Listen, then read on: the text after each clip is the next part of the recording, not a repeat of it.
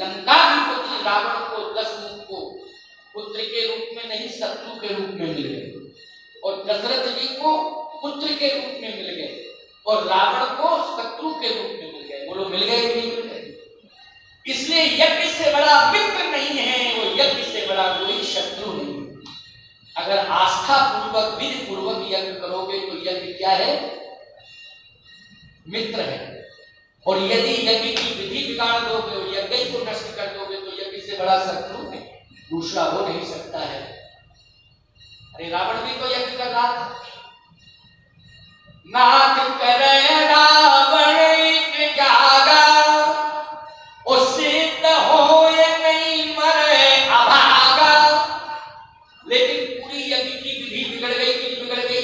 उमरो यज्ञ क्या बन गया? रावण के लिए शत्रु बन गया।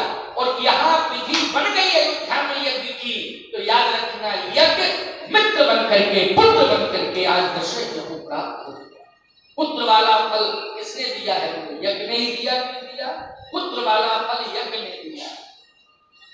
गोस्वामी जी कहते हैं भगति सहित मुनि आहुति दीन है, प्रगटे अग्नि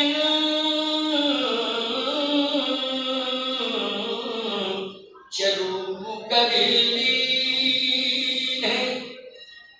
जैसे ही आहुति पड़ी, अग्निदेव हविष्यान्न लेके प्रकट हो गए। बताइए ये सफल हो गया कि नहीं? अग्निदेव साक्षात प्रकट हो गए। पूरे दिन यज्ञ हो जाता, कोई प्रकट होता? बता दो। आजकल के यज्ञों में पूरे दिन निकल जाते, प्रकट ही नहीं होता कोई।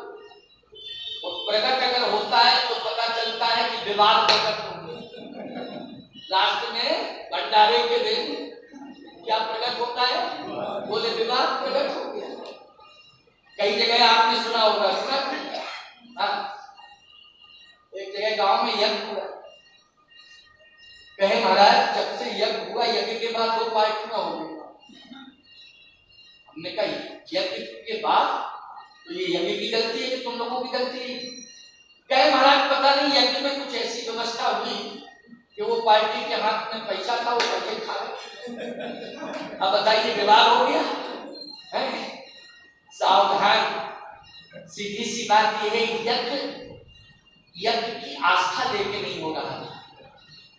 यज्ञ भगवान को प्राप्त करने के लिए नहीं हो रहा था। यज्ञ तो अभिमान को लेकर के हो रहा था, स्वयं के सम्मान को पाने के लिए किया गया। जब यज्ञ अभिमान लेकर के स्वयं के सम्मान को पाने के लिए दक्ष प्रजापति जैसा होगा, तो बोलो विनाश होगा कि नहीं होगा? होगा, विनाश नहीं होगा। इसलिए मैं कहता हूं कि यज्ञ साक्षात भगवान है और भगवान का अर्थ भगवान है। इसलिए भगवतीय गुणों को लेकर के ही यज्ञ के प्रति समर्पण करना चाहिए। भगवान में जो गुण है, उन गुणों का कुछ ना कुछ अंश करने वालों में जरूर आना चाहिए, तभी यज्ञ सफल होता है। यहाँ पर संत और भगवंत निरंतर, इनमें कोई अंतर नहीं है। यहाँ वशिष्ठ जी का व्यक्तित्व है यज्ञ में, वामदेव जी का व्यक्तित्व है यज्ञ में, श्रृंगी ऋषि का व्यक्तित्व है यज्ञ में। ये सभी श्रेष्ठ संत हैं। ये सभी श्रेष्ठ संत यज्ञ की वेदी पर बैठकर यज्ञ कर रहे हैं, आहुतियां दे रहे हैं। अब बोलो भगवान प्रकट होंगे कि नहीं होंगे? इतने प्रकार के लक्षण यज्ञ करने वाले में यज्ञ की वेदी पर कोई बैठे तो उसे यज्ञ की वेदी पर बैठने वाले में पवित्रता होनी चाहिए, विचारों में शुद्धता होनी चाहिए, है? अब आजकल तो जो पैसा ज्यादा दे वही मुख्य यजमान है। कहे मुख्य यजमान किसको बनाया? बोले गांव का दारू था हमारा, वही मुख्य यजमान बन। अच्छा, क्यों बन गया? अरे उसके सामने बोलने की किसी की हिम्मत नहीं पड़ी महाराज। अब बोलो भाई, सावधान। यज्ञ में अभिमान की जरूरत नहीं है। यज्ञ में अधिक धन लेकर के पहुंचो, धन का प्रदर्शन करके यज्ञ को अपने अधिकार में ले लो, तो इसका मतलब है यज्ञ का अधिग्रहण संपत्ति से नहीं होता है। यज्ञ का अधिग्रहण संपत्ति से नहीं होता है, का अधिग्रहण तो भगवान की भक्ति से होता है। भगवान की भक्ति लेकर के जाओगे तो यज्ञ तुम्हारे हाथों में चुनाव होगा। इसलिए दशरथ जी महाराज संपत्ति लेकर के नहीं गए, भक्ति लेकर के गए। बोलो गए भक्ति लेके कि नहीं? और दशमुख बोले संपत्ति का प्रदर्शन कर रहा है। कनक कोट विचित्र मणिकृत सुंदरायत नागना चौहट हठ सुहठ बीथी चार पुर बहुविधि बना। बोलो कंचन नगरी का स्वामी सोने की लंका प्रदर्शन करता है। किसी के पास सोने की लंका, देखो मैं कंचन नगरी का स्वामी हूं। अरे मैं एक बात कहता हूं, ये तो कुबेर की महिमा थी कि आज लंका सोने की हो गई, लेकिन कुबेर और इंद्र ये सब अयोध्या के खजाने को देख के लज्जित होते, लेकिन कभी अयोध्या के सम्राट ने धन का प्रदर्शन नहीं किया, संपत्ति का वैभव का प्रदर्शन नहीं किया। जब भी किया है तो समर्पण ही किया है, प्रदर्शन नहीं किया है। लेकिन जानते हो संपत्ति कैसी है? अवध राज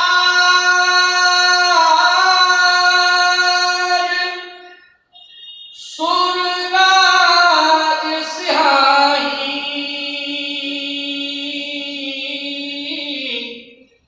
ओ दशरथ धन लख धन लगाई।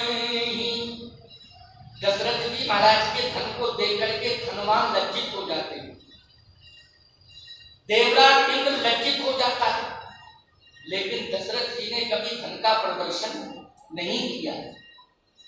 किया क्या? नहीं किया। सावधान, यज्ञ हो रहा, यज्ञ में आहुति पड़ी, लेकिन यज्ञ की आहुति जो पड़ रही है, यज्ञ में आहुति जो पड़ रही है, उस आहुति में साकल की विशेषता है जिससे भगवान प्रकट हो रहे हैं। देखो साकल से देवता प्रसन्न होते हैं। कौन प्रसन्न होते हैं? साकल से। क्यों भैया? देवता प्रसन्न होते हैं साकल से। साकल से देवताओं की प्रसन्नता का संबंध है, ये मैं मानता हूं, लेकिन इसमें तो भगवान ही प्रसन्न हो गए प्यारे, इस यज्ञ में। बोलो हो गए कि नहीं? आप कहोगे तो भगवान साकल से तो प्रसन्न हो गए। नहीं नहीं, भक्ति सहित उस साकल्य में भक्ति का समावेश हो गया। बोलो किसका समावेश हो गया? भक्ति का समावेश हो गया साकल्य में। देखो पूरी साकल्य मार्केट में मिलती है। साकल्य का जो सामान होता है वो कहां से आता है? बाजार से आता है। आता है बाजार से कि नहीं? लेकिन भक्ति कौन से बाजार से आती है, जरा बता दो। कौन सा मार्केट ऐसा है जिससे भक्ति खरीद के लाओ? साकल्य बाजार से आती है और तैयार कर दी जाती है, क्यों ऐसा करते? लेकिन भक्ति किसी बाजार से नहीं आती है प्यारे। लेकिन मैं सिद्ध कर रहा हूं, तमाम बाजार है। चित्रकूट में रामघाट का बाजार ले लो, करवी चले जाओ तो शंकर बाजार ले लो, बांदा में चले जाओ तो कटरा बाजार ले लो, इलाहाबाद चले जाओ तो वहां पता नहीं कौन कौन बाजार है, नहीं बैरहाना रोड बाजार ले लो, कानपुर चले जाओ तो कौन सा बाजार है? दुर्गा घंटा बाजार। बड़े बड़े बाजार हैं, इन बाजारों से साकल्य खरीदा जा सकता है, लेकिन भक्ति नहीं मिलेगी। भक्ति अगर मिल सकती है तो भाव के बाजार में मिलती है प्यारे। भक्ति का अभ्युदय भाव के बाजार में होता है, इसलिए भाव का बाजार तैयार करो। भाव का बाजार जब तुम तैयार कर लोगे तो तुरंत भक्ति मिल जाएगी। मिल जाएगी कि नहीं मिल जाएगी? अच्छा बोलो, यहाँ पर इस सत्संग भवन में भाव का बाजार लगा हुआ है कि जैसे बाजार में भीड़ होती है जैसे यहाँ भी भीड़ है कि? लेकिन बाजार यहाँ लगा है, लेकिन भाव का बाजार लगा है। बोलो लगा है कि नहीं? तो भाव का बाजार लगा है तो बोलो सप्लाई भक्ति हो रही, हो रही सप्लाई। तुम सब जितने ग्राहक बैठे हो बोलो हम दुकानदार हैं, भाव बाजार में हम दुकानदार बैठे हैं, बोलो क्या दे रहे हैं? भक्ति दे रहे हैं। लो लो लो, तुम भक्ति के भाव का बाजार लगा होता है। इसलिए भाव के बाजार में भक्ति मिलती है प्यारे। और अयोध्या में आज साकल्य में भक्ति का समावेश हो गया, और जैसे ही साकल्य में भक्ति का समावेश हुआ तो साकल्य को ग्रहण करके अग्निदेव प्रकट हो गए, प्रसन्न हो गए। लेकिन भक्ति को देख करके अग्निदेव के हाथ में हविष्यान के रूप में भगवान प्रकट हो गए। इसलिए यहाँ पर देव और भगवान स्वयं अग्निदेव एवं स्वयं भगवान प्रसाद के रूप में, अभिषेक के रूप में अग्निदेव के हाथ